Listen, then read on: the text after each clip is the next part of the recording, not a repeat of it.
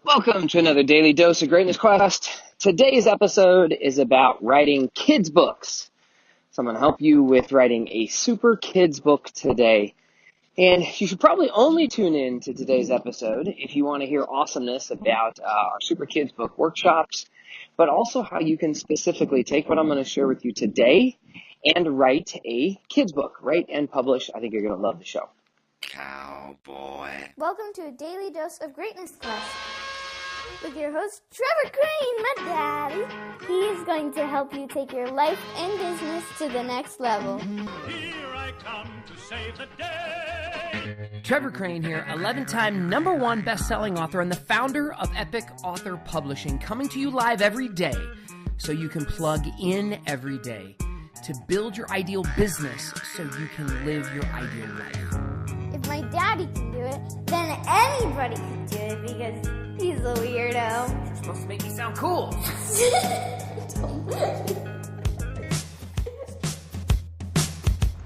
Okay, welcome back. So I just finished another workshop with my daughter. We have been teaching kids and their parents how to write books, how to publish their stories, how to write great stories. And it's getting really fun. I've done this with my daughter now with her 5th grade class, and we had about almost 50 kids, 40 kids or something. They were in her class, and we all wrote a book together. We actually used the time for the workshop to go ahead and just craft out a story, and that book is about to be published. It's called The Attack of the Pickle People. So I share that with you because we've done this multiple times. I could tell you some of the other stories. I could talk to you about how my daughter did this when she was 7 years old, did this when she was 8 years old, did this when she was 9 years old. Just suffice it to say, trust me, she's published some books, and we've done some marketing to help them become #1 bestsellers, and she has a nice little business she's building on the back end. And we just got back from this workshop today, and I thought it'd be cool to share with you the strategy so you can do this with your kids. Or if you're like my brother-in-law, he said, you know what, I'm just going to do this myself. He's got a new daughter, and he decided to just start writing these books. And I don't know if he used exactly our strategies or not, but I think this is going to really be an easy one for you to implement. So first of all, that's the first thing we teach when it comes to this, is you need to decide you're going to do it and believe that you can. Or if you're talking to your kids, that they believe they can do it. When my daughter was 7 years old, she didn't think that anybody would ever read one of her books, and she didn't think she had the skill to write a book. What I'm going to share with you today is the strategy doesn't actually require you to write the book. You don't have to sit down with a pen or pencil and write. And if you're wondering, well, how can you do that? Because some people call baloney on that, I'm speaking to you right now. So you can have your kids or you, if you plan your story out, you can speak it out. And this is one of my secrets of how do I write a book really fast, is we get really clear about what goes in the book first. That's the most important part. And we're going to talk about that maybe a little bit here too. But just we speak it out, and then we take the spoken word, and we have it transcribed and put it into the written word, and then we edit it, and then now you have your book. You know, you've got a little bit more work to do than that, but that's about it. If you can tell the story, you can have it down in writing. So it's pretty exciting to do this with kids because they're so creative. So first of all, #1, you got to decide to do it. Now, and believe you can, and commit to finish. I guess the second thing we teach people is to come up with your reason. Why do you want to bother? Because when it comes down to it, most people buy gym memberships and they don't go to the gym. Most people buy golf clubs and they don't really use them. They sit in their garage. So a lot of times people start things that they don't actually ever finish or really intend to finish. It feels good to buy the book, buy the course, listen to the podcast, but not actually do anything. So if you haven't looked in the mirror and decided to get it done, and you understand your reason why, it's going to be tough to finish. And why is it going to be tough to finish? Because you're going to come into challenges. Logistically, you're going to be busy. Logistically, you're going to have things come up. You're going to try to upload your book to Amazon. You're going to try to work with your kid, and they're going to start the project and not want to finish, and you're going to get called off to dinner, and things are going to happen. So you're going to have to make a commitment to finish and understand that there's a strong enough reason why. When my daughter and I were making her second book, she had said, Daddy, I think it will be easier to make a movie. And you can just pull out your phone and a really nice video camera, and we'll film it, and then we'll turn that into the book. And I was a glutton for punishment and said yes. And that was really cute up until we had to go out in the cold and my daughter didn't want to. And we had to get up early and we had to stay up late and we had to do these movie shoots and we had to figure out how to write the script and we had to get all the costumes. It didn't seem so cool.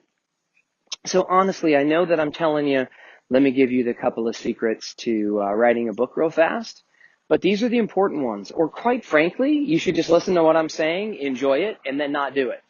Because if you haven't decided to do it and you haven't figured out why you're going to finish, you're kind of screwed. So that's the first couple parts. If you've got that handled, you can go ahead and check that off your list and we can go ahead and get the rest of this going. So the next thing you need to do to write a book is you just got to recognize that there are parts of a story. So I'll give you the 5 parts of a story that my daughter and I use when we're working with our groups so that you can figure this out. And I'll give it to them real briefly so you've got it. It's going to be very simple. You might want to jot them down, but you can probably remember it too. Every story has 3 parts, specifically a beginning, a middle, and an end. And so this is something I teach in one of my programs about how do you write a really great talk or a powerful presentation or become a powerful storyteller. And to keep it really simple, there's a first act, a second act, and a third act. Like the first act is making the introduction. The second act introduces conflict. And then the third one kind of wraps it all up and you've got a conclusion. And so that's really simple in the 3-part narrative of how do you figure out the story. Now, when we're writing kids' books, it's kind of fun to put in a little twist, like something different, something unique, something surprising. So sometimes you'll plant a seed early on in the story, or the good guy turns into the bad guy. Plant a seed at the beginning of the story. Let me finish that thought. Plant a seed at the beginning of the story that by the end of the story you go, oh, wow, I didn't know that was going to be the case, right? So like in the Three Ninja Kitties about the second book that my daughter wrote, they went to a dimension on another universe. Like that's kind of crazy, weird. So I guess that wasn't really a twist. But then they found out that we followed the Star Wars Kitty Wars theme. They found out that the Emperor was a bad guy and yada yada yada. Like those twists were already in the Kitty Wars story that we had. But then at the end of the book, what ended up happening is they woke up and they weren't sure if it was a dream or if it was reality. And then there was a little thing to like tie in that it really had happened and they traveled in. But it was cute. So what's your twist going to be in your story? Which just think about it as being something surprising, something unique. We just wrote a story today. The new book is called, what's the new story called with the kids that we just did this workshop with? Oh, I got it. It's the Super Carrot and the Spy Dogs do ... That's what the kids wanted to call it. So Super Kids and the Sky Dogs. So they liked the fact that there was a cliffhanger in the title, which I guess is the 5th thing. So I'm giving you 3 things so far so we're not out of whack. Beginning, middle, and end. And then the 4th thing is a twist. What's something surprising and unique? And then what's the cliffhanger that's maybe towards the end of the book to get people to want to read the 2nd book, the 3rd book, the whatever. So let's move on. That's pretty simple. Couple of parts that you want to consider your story. That's beginning, middle, end, and a twist and a cliffhanger. And those are the 5 parts of your story. Now, what else do you need in your book? The who, the what, the why, and the when. Those are really simple. It's simple for me to say, but now you got to create it. Who, what, why, and when. Now, those are the brainstorm session about your book. Do you want to write about this or do you want to write about that? Now, when we do at our Super Kids book workshops, and it depends on which workshop this is that we're leading, but the way we ran this today is everybody yelled out their ideas, and almost every idea made it into the story. So it's just as crazy of a story as you can believe. So we've got talking carrots, living fruit and talking carrots, talking dogs and cats with laser beams shooting out of their eyes. We've got dinosaurs that come up out of the ground. We've got a fish that becomes the mastermind of the whole story. I mean, a lot of weird things came up in this project. And I like to do this with the kids because these kids were ages 4 to 11. And we had a great time. It was lots of fun. And this is a story we're actually going to publish. So at a lot of our Super Kids book workshops, when we design a book like this, I'll just take the story and I'll do what we do next. Okay? So I want to share with you how we did this. So we brainstormed. That was a brainstorming of who, what, why, when, what's happening, what are the stories, what are the beginning, middle, end, who are the characters, what are their names, all of that. And then we storyboard it out. So the big thing here for you is to storyboard it. Now, what's a storyboard? You might think this is real complicated. You have to look it up online or something, but take a piece of paper, draw some lines on it, and you've got like 10, 20 boxes. Each one of those boxes is a given chapter. And now you plan what's going to happen in each chapter. You number those boxes 1 through 10 or 1 through 20 or whatever you want to do. And now you've got your chapters, and now you start to plan it out. You just start to fill it in. And this is what we did at the workshop today. So we filled in the ideas of our story, the brainstorm. And then we started at the beginning, and we ran it to the end, and we just told the story. Because it's easy to tell the story. The kids were all excited. They were telling different lines of the story. I'm telling parts of the story. They're telling parts of the story. And then what we're doing is we're recording that. So we take the storyboard and we tell a fun story. Once upon a time, there was this carrot that opened his eyes and screamed, "No, no, no," because this giant greasy pig was about to take a bite of him. In fact, the pig said... And then the pig opened his mouth and said, "You look so delicious. I don't even think I'm going to fry you. I'm going to put you on a plate and eat you just like you are." And then when he turned around and then came back and he went to take a bite of the carrot saw his whole life flashed before his eyes. And he thought, "I want to live. I don't want to die. I'm only 5 years old. I'm just a kid. I want to become a teenager. I want to become a grown-up. I want to have little baby carrots in my life. Oh, no." And so he mustered up all his courage and he became a super carrot. Not because he had super skills, but because he had a super desire, a super will to live. And when the greasy pig reached down to take a bite of him, he ducked his head and slipped off the plate. And then he slipped off the plate and he landed on the floor, and then he ran across the floor and he jumped out the window. When he jumped out the window, he fell all the way down the hill because this was at a fast food restaurant at the top of this mountain, and he tumbles and tumbles and tumbles down the hill to the bottom of the hill, and he lands in the wetland. And something like that is what we told for the first part of the story. I may have gotten that a little wrong right here, but you see, like, it just made it, we brainstormed that, and then I made up what was going to happen in the story. Now, that is speaking the story out loud. I will then have that transcribed, like I transcribed my podcast, like I'm going to transcribe today. And then I have my transcription go to a writer or editor. So I'm going to give you the 5 people that I like to hire when I'm getting a book done. Now, with Super Kids Books Publishing, and I have a program like that for a publishing company for kids and kids book authors, and adults can put in kids books as well. We'll help you publish them. I've got a full service publishing agency. In fact, if you want to find a designer or an editor or a writer or things like that to support you, you just have to reach out to us and we can let you know and I can help you. But these are the 5 different things that I hire for to get my books done. I think you should do the same. So number 1 is a writer.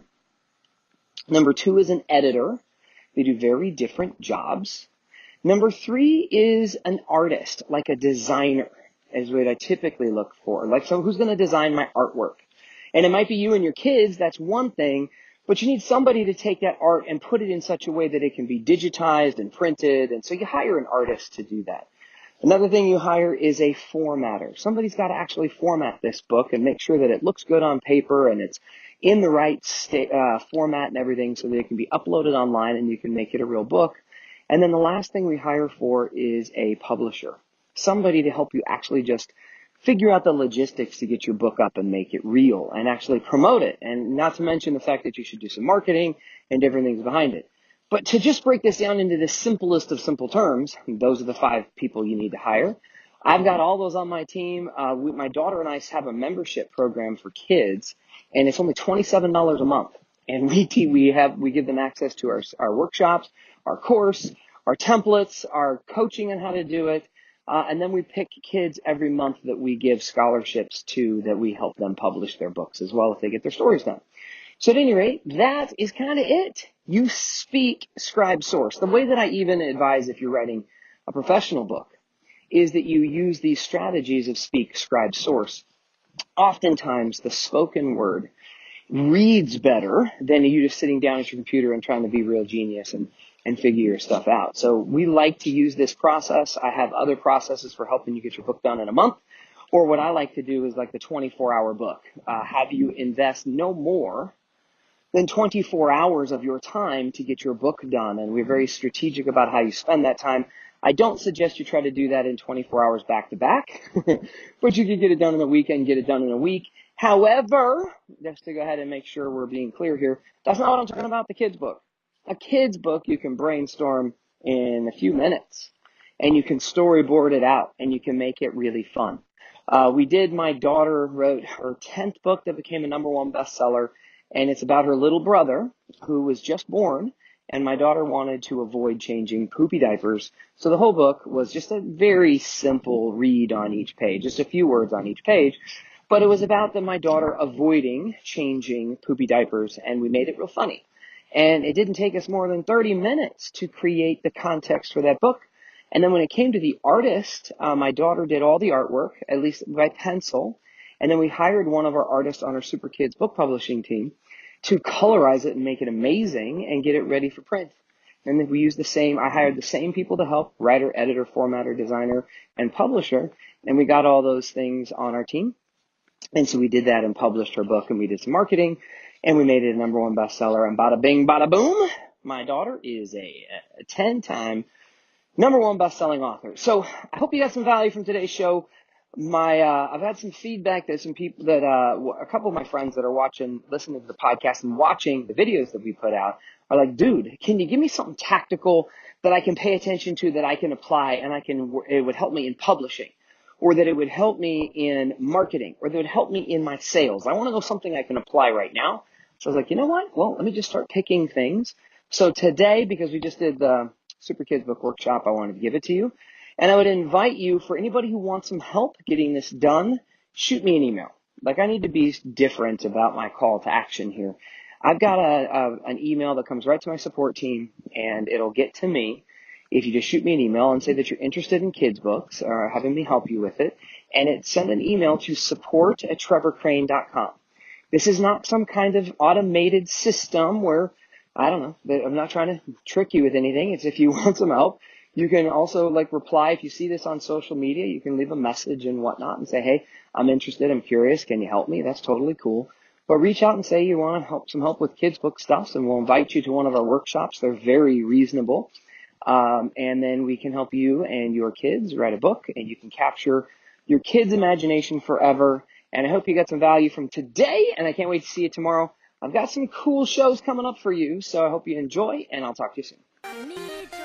To get even more awesomeness, which means all my best stuff, download my app by texting Trevor to 36260. It will show up right on your cell phone. Just text message the word Trevor to 36260. Talk to you soon.